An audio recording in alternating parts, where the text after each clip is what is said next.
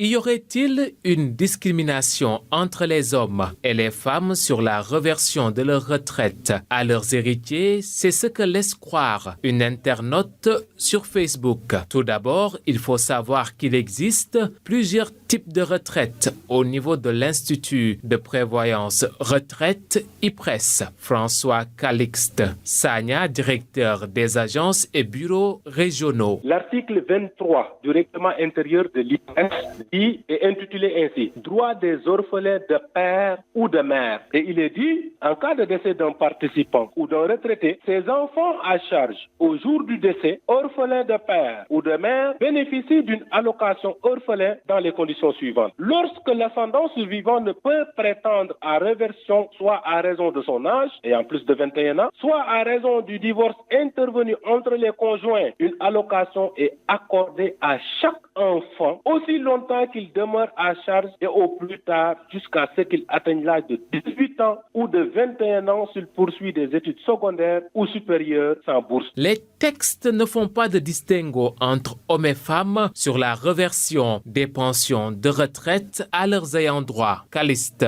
Sagna explique que cet internaute s'est fondé sur un mauvais texte. Cette dame, en faisant la publication, s'est basée sur une réglementation ou sur une loi qui n'est pas applicable. Je crois qu'elle s'est fondée sur le code de la famille. Alors qu'ici, nous sommes dans le cadre de la protection sociale des travailleurs, donc de la sécurité sociale. Son soubassement devrait être le code de la sécurité sociale, la loi 73 de 1973 portant code de la sécurité sociale. Sa deuxième référence devrait être la loi 75-50 qui porte sur les institutions de prévoyance sociale, que ce soit l'IPRES, la Caisse de sécurité sociale et les IPM. On ne peut pas prendre le code de la famille et l'appliquer à la retraite ni l'appliquer à la protection sociale. Donc, l'information selon laquelle les héritiers d'une femme décédée qui a cotisé pour sa retraite subissent une injustice par rapport aux héritiers d'un homme dans la même situation est fausse.